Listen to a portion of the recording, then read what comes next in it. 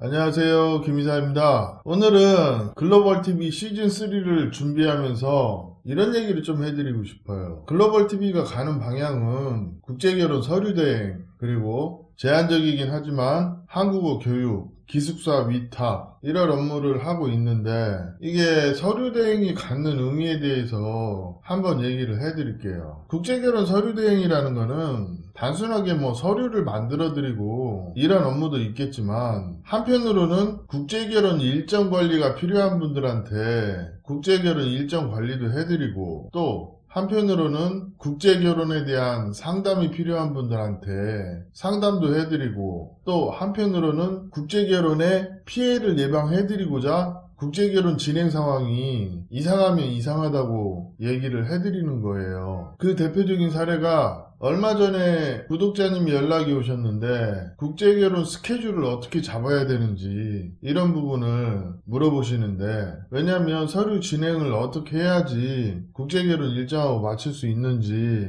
이런 부분을 물어보셨어요. 그래서 제가 이런 얘기를 했습니다. 10월달쯤 결혼하실 거면 한 6개월 정도 시간 남아 있으니까 그 사이에 한국어 공부와 국제결혼 서류를 진행을 하시고 베트남 혼인신고를 완료하는 시점을 전통결혼 일정에 맞추시면 됩니다. 그리고 중간에 한번 들어오셔서 웨딩 촬영할 때 정신감정을 받으시면 될 것 같습니다. 이런 얘기를 했죠. 이런 어떤 국제결혼을 석세스 하는데 공통적으로 도움이 되는 그런 조언을 해드리고, 또 사람마다 상황이 조금씩 다르기 때문에 그 전에 제가 가지고 있던 경험을 공유해서 결혼이 완성되게끔 도와주는 게 어떻게 보면 국제결혼 서류대행이에요. 그리고 개인들이 결혼을 하다 보면 신부와의 분쟁이 생기거나 소개인과 분쟁이 생겨서 조력이나 상담이 필요하고, 또 경우에 따라서는 베트남 여자친구나 와이프와 소통을 위해서 통역이 필요하기도 합니다. 근데 한국 사람들이 너무 쉽게 생각하는 것 중에 하나가 통역에 대한 중요성이에요. 보통 보면 이 번역이 잘 된다고 해서 그게 소통이 충분하다고 생각하시는 분들이 많은데, 사실은 그렇지가 않습니다. 통역은 통할 통이에요. 어떤 사회적인 풍습이나 문화, 어떤 사람들이 일반적으로 갖는 생각들을 반영을 해서 얘기를 전달하는 부분이 있기 때문에 이 말이 그만큼 무서운 겁니다. 보통 보면 번역기 있으니까 번역기로 대화하면 된다 이러시는 분들이 있는데, 번역만 가지고 결혼이 안 돼요. 그러면 베트남에 대해서 어느 정도 이해하고 있는 사람이 양쪽에서 조력을 해주거나, 아니면 한국 문화를 이해하고 있는 베트남 사람이 중간에서 통역을 해주기도 하면서 두 사람들의 애로사항을 조금씩 해결해주거나 아니면 도와주는 일을 하다 보면 그게 결혼이 부드럽게 가는 하나의 방법이에요. 국제결혼 서류대행을 한다 해서 이런 과정들이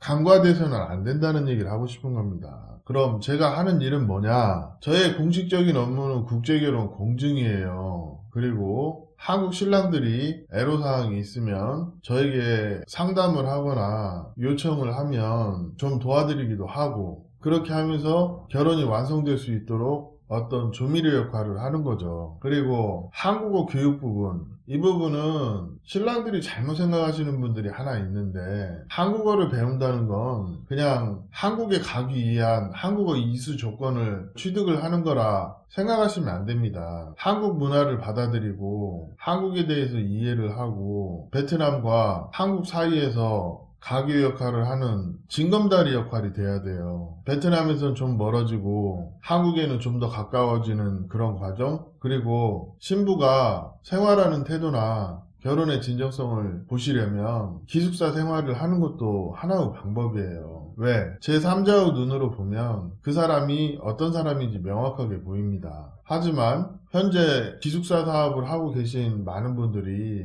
너무 영리 목적으로만 운영하다 보니까 한 방에 너무 많은 인원을 집어넣고, 그러다 보니까 여러 부작용이 생기기도 하는데, 이런 부분을 좀 개선하고자 제가 기숙사를 운영을 하고 있어요. 그런 부분들이 저의 아이덴티티가 반영이 돼서 결혼하는데 긍정적인 작용을 하기도 합니다. 사실 여러 해 테스트 해봤어요. 위탁을 줘보기도 하고 제가 직영하기도 해보면서 좋은 장점만 반영을 하려고 노력을 하고 있습니다.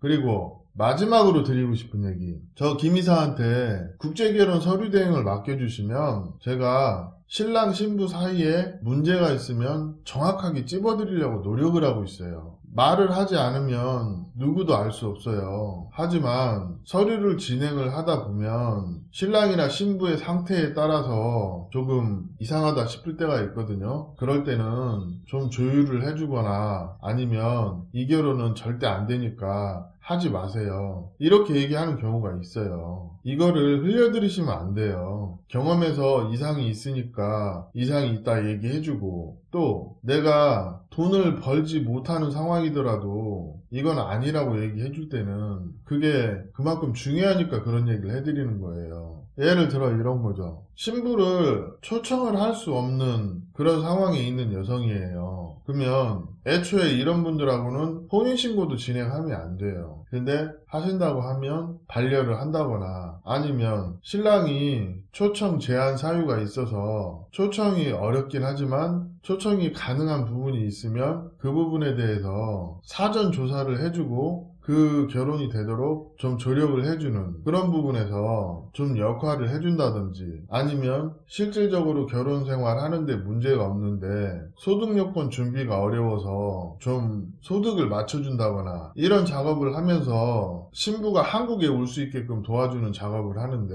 그 비용이 어느 정도 합리적인 선에서 해드린다는 거죠. 그리고 저희는 행정사를 통해서 진행을 하고 있어요. 저희 행정사님이 출입국 관련된 업무를 전부 전담하고 있고, 저희는 한국 정부가 요구하는 기준에 맞춰서 업무를 보고 있다는 거예요. 기왕이면 비슷한 돈이면 한국에서 적절한 사업자를 내고 하는 그런 데서 하시겠습니까? 아니면 사업자도 없는 현지 업자한테 맡기겠습니까? 나중에 문제가 생겼을 때 이런 부분에 대해서 적어도 저희가 책임질 부분은 책임지고자 저희는 베트남에도 한국에도 사업자를 내고 하고 있는 겁니다. 이게 별거 아닌 것 같지만 저희도 나름대로 한국 법에 근거해서 일을 하고 있다는 거죠. 이런 부분이 합리적이라고 생각하시면 비용적으로나 진행 절차적으로 보나 또 인허가 사항으로 보나 믿음이 가시면 저 김이사에게 서류 대행을 의뢰하시면 제가 국제결혼 일정관리 그리고 국제결혼의 피해 예방이 되는 그런 조언, 또 신랑과 신부 사이에서 어떤 조력이 필요하면 조력자가 되어 드리겠습니다. 오늘 이야기는 여기까지 하겠습니다. 감사합니다.